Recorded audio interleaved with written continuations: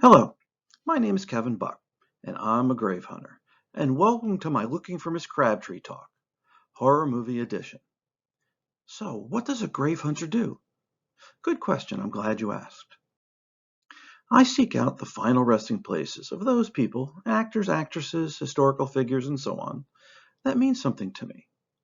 When I visit their grave, I perform a tribute to them, spelling out exactly what they mean to me.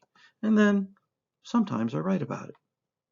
If you want to know more, check out my website, www.kwbuck.com, and my YouTube channel. This talk came out of a horror movie event that I spoke at called Horrible Saturday at a local bookshop, and I thought others may enjoy it as well. For Horrible Saturday, I sat down and thought about what the most horrible movie was. My first thought was Ishtar, but there's a small but fanatical group who always try to convince me that it was not that bad, but it really was. I regrouped my thoughts and tried to remember those movies that scared me as a child. And the top four I could think of were Them, It, The Terror from Beyond Space, House on Haunted Hill, and 13 Ghosts. While all of those are great horror movies, my loyalty falls squarely into the classic Universal monster camp. While there were good horror movies before, Universal virtually defined the mainstream genre in the 1930s and brought characters to the screen that continue to appear in movies over the last 80 years. So let's talk about a few of the horror stars I have visited. Can anybody identify this man? Of course, it is Lon Chaney Sr., who is best known as the original Phantom of the Opera and as the Hunchback of Notre Dame. Lon was a makeup master who had many physical talents, but he also wowed audiences with his acting performances. Lon is interred at the Great Mausoleum in the Glendale Forest Lawn Cemetery. It's interesting that he wanted no marker. His crypt is there just to the left of the statue and above the white urn. It seems to have been a trend with early film stars to either not have a marker or to be cremated and have their ashes stored in permanent vaultage. Now, does anybody recognize this gentleman? His name is Dwight Fry. No recognition? Dwight had a few minor comedy roles in silent film, but with the coming of sound, Fry became known for playing villains. His nickname was the man with the 1,000-watt stare. He specialized in the portrayal of mentally unbalanced characters, including his signature role, the Madman Renfield, in Todd Browning's 1931 version of Dracula. He also played Fritz in the original Frankenstein and a similar character as Carl in The Bride of Frankenstein. Dwight had great success in comedy and drama on the stage, but could not get any film roles outside of the lunatics and sinister characters. When the U.S. jumped into World War II, he worked at night designing tools for Lockheed Martin. He passed at the age of 44 due to a heart condition. Dwight is buried at Forest Lawn, Glendale, near the top of a very steep slope. Dwight was frustrated about being typecast, but his Renfield character has stood the test of time. It's been copied by many, but never equaled. This lady should look familiar. Fay Wray spent the majority of her most famous performance screaming and cowering in fear. Of course, I'm referring to 1933's King Kong. Fay's career continued on for several decades, but she never repeated the success of Kong. Fay was very proud of the fact that King Kong saved RKO Studios from bankruptcy. Fay is interred in Hollywood Forever Cemetery, in a peaceful setting just off a small lake, not too far from Johnny Ramone. I like to stop by her grave every time I visit. I sit down on a nearby bench and I celebrate the big screen's first Scream Queen. I'm sure that most of you recognize this man as Darren McGavin. The number one performance he'll be remembered for is The Old Man and the Christmas Story. Yes, who wouldn't want to be remembered as the guy in the movie with the plastic leg fetish? While I loved him in the role as the old man in A Christmas Story, when I think of Darren McGavin, I think of Kolchak, the Night Stalker. The 1974-75 TV series had a reporter, Kolchak, always in a rumpled suit, investigating vampires, werewolves, zombies, and everything else supernatural. Based on a pair of TV movies, horror fans rejoiced in a weekly series that embraced monsters from all corners of the horror world. Unfortunately, we lost Darren in 2006. Darren is also buried at Hollywood Forever Cemetery. I always thank Darren for all the joy he brought to so many people. Visiting Darren is always a treat, since Vampira, Mela Nurmi, is literally buried at his feet, and I'll talk about her again a little bit later. Does anybody recognize this gentleman? Todd Browning had many major achievements in his career, but the two that stand out in my mind are the directing of 1931's Dracula and his 1932 production of Freaks. After Freaks was released, Todd found that he could not get the work that he could before. He directed 62 films between 1915 and 1939, but only received the notice he deserved after he passed. Todd's ashes are stored with other members of his family in the Angelus Rosedale Cemetery Mausoleum.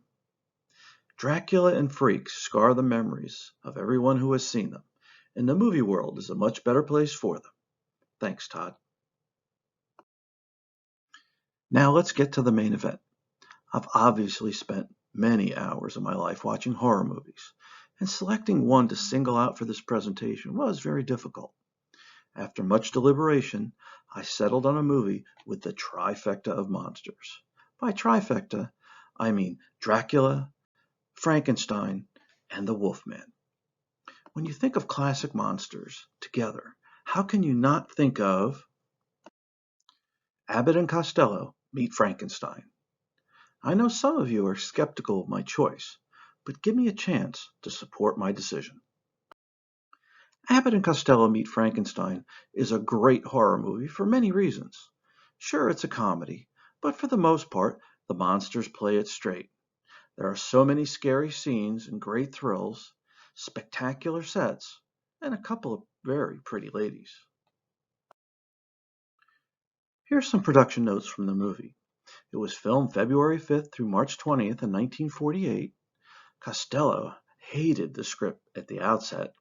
The original budget was a little over $759,000, but they went about $32,000 over budget. Abbott and Costello as a team were paid $105,000.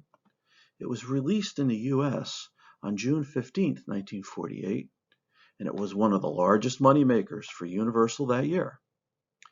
It's interesting that the Australian Film Board required that almost every scene involving a monster be removed. In 2001, the United States Library of Congress deemed this film culturally, historically, or aesthetically significant and selected it for preservation in the National Film Registry. Let's start with those wonderful opening credits and the Dracula bat transformation in the film.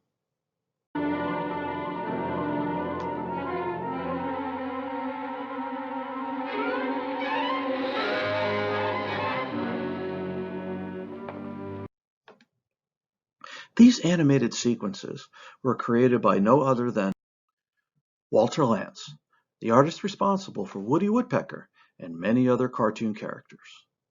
Walter is interred at Forest Lawn Hollywood Hills. And yes, I attempted the Woody Woodpecker laugh when I visited him.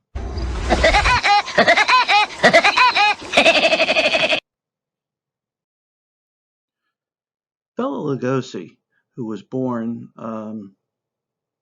with that name on the screen, was born in 1882 in Austria-Hungary. Bela started out as a stage actor and made his first film in 1917. He eventually made his way to America as a seaman on a merchant ship. He focused on his stage work and took the name Lugosi to honor his birthplace, Lugos, in Transylvania. In 1927, he landed the role of Dracula on Broadway and was a huge success. It was said that the audiences gasped when he spoke his first lines. One would think Lugosi would have been a slam dunk for the movie version of Dracula, but that was not so. Bela had to fight for and eventually won the role. After finally making Dracula, Bela yearned for other roles, but his heavy Hungarian accent and typecasting limited him to niche roles outside of horror films. The morphine and methadone he was given for sciatic problems ended up as an addiction, and his drug use was so well known that when the producers were casting Abbott and Costello Meet Frankenstein, they thought Bela was already dead. The Abbott and Costello film role was only the second time Bela played Dracula on film, and it was his last A role as well. He made many awful movies with Ed Wood, such as Plan 9 from Outer Space, in which he appeared with Vampira and Tor Johnson. In 1955, Lugosi showed a great deal of character by openly acknowledging his drug addiction and getting the treatment he needed. He passed about a year later at the age of 73 and was buried in his Dracula costume. It's well documented that this was not Bela's wish, but it was a decision made by his family after he died. They believed he would have wanted it that way. Bela is buried at Holy Cross Cemetery in Culver City, California. The section he's in is called the Grotto, which contains many other celebrities, with Bing Crosby being only a few feet away. Many of the times I have visited Bela, I see the artifacts that other people have left behind, so I know I'm not the only one paying tribute. I thank Bela for all his roles in the so many horror movies he starred in. I especially thanked him for his bravery on publicly confronting his addiction at a time when it was unheard of. His example allowed others suffering from addiction to seek treatment. Thank you, Bela. This gentleman is Lon Chaney, Jr., who was born Creighton Tull Chaney in Oklahoma in 1906. After a scandalous suicide attempt by his mother, he had to live at a friend's house and boarding schools until his father achieved a level of success that he could provide a home for him. Lon very much grew up in his father's long shadow, and while he attempted to make it under another name, the recognition he received using Lon Chaney Jr. got him the breaks he needed to succeed. His film career started in 1932, and he made a huge hit in 1939's Of Mice and Men, where his powerful portrayal of mentally challenged Lenny Small made him a star. In 1941, he got a chance to portray the Wolfman and never looked back. Lon was the only actor to portray the character at Universal, despite a practice of rotating different actors for the monsters roles.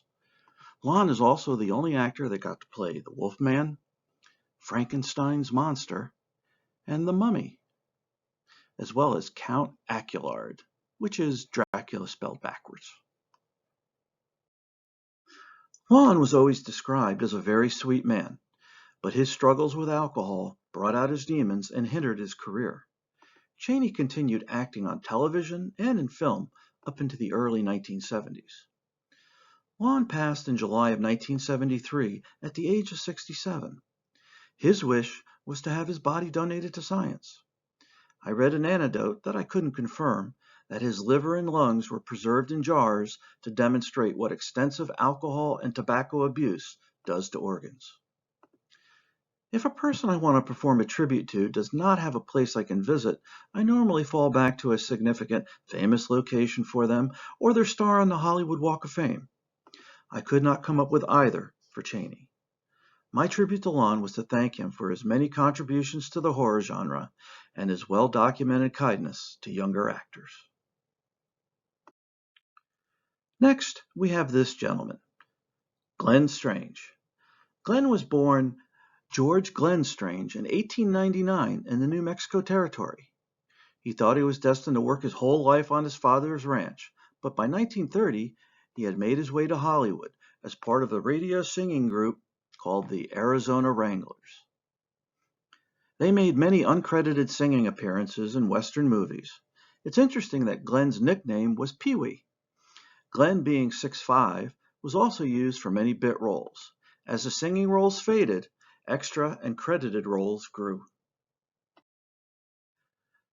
Glenn was a regular on many TV westerns like The Adventures of Kit Carson, The Cisco Kid, The Range Rider, as well as Sky King. In 1949, he played Butch Cavendish, the bad guy responsible for killing all the Texas Rangers, that is, except one, in the long-running television series The Lone Ranger. In 1944, while being made up for an action film at Universal, Jack Pierce, the makeup artist, said he wanted to try an experiment and offered Glenn $25 for a makeup test. He made him up with all the surrounding mirrors covered. When he was done, he uncovered the mirrors.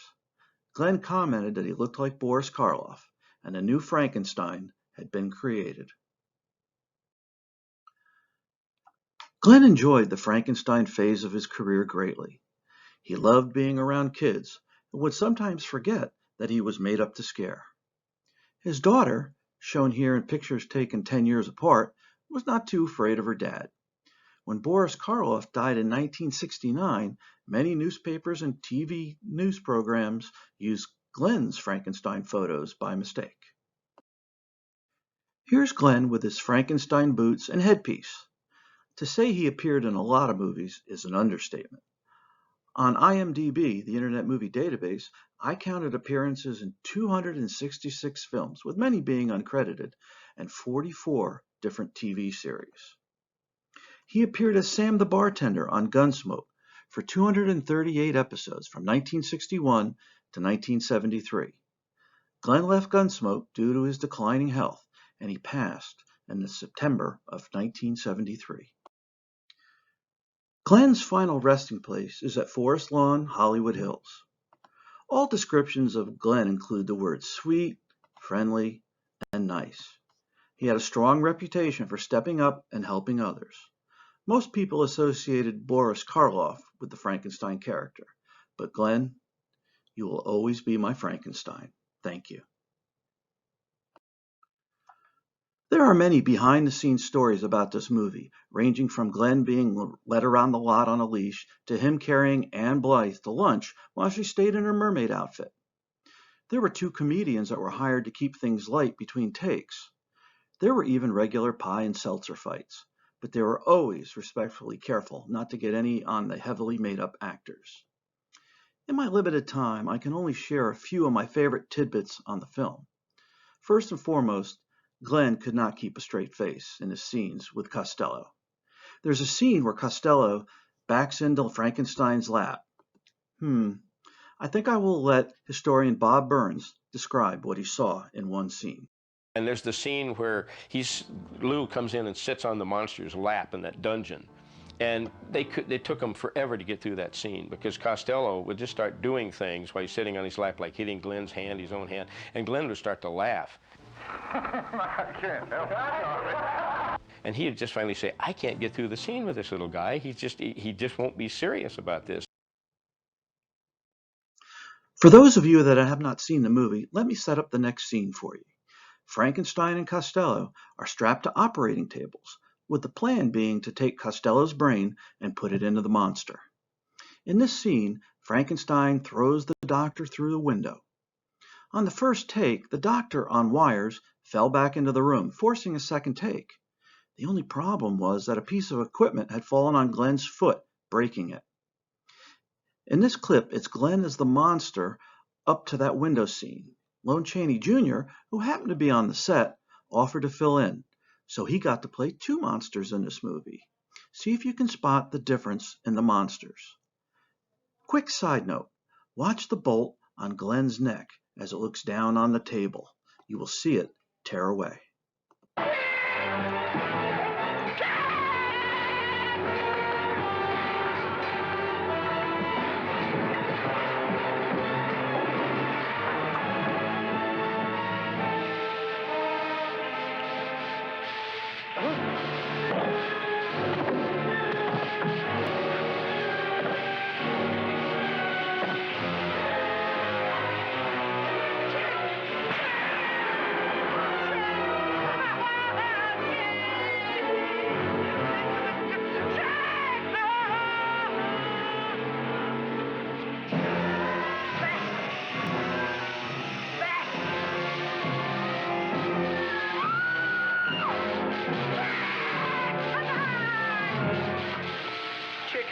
Do you believe me now? Yes.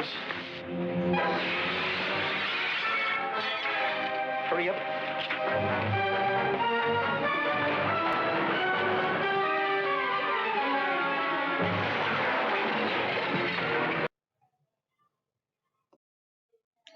So, there you have it, my tribute to the trifecta of monster movies. I'm sure some of you may have different opinions, but I bet there's not many of you who would disagree that it's a very good movie, with it being the only time the big three of the Universal monster inventory got to play together. I hope you enjoyed my tribute, and that maybe next time you watch the movie, you'll think about some of what I said today, and it will enhance your enjoyment of this classic of Hollywood. Whether you liked it or not, I would love to hear from you. Go to my site, www.kwbuck.com, and let me know. Thanks again.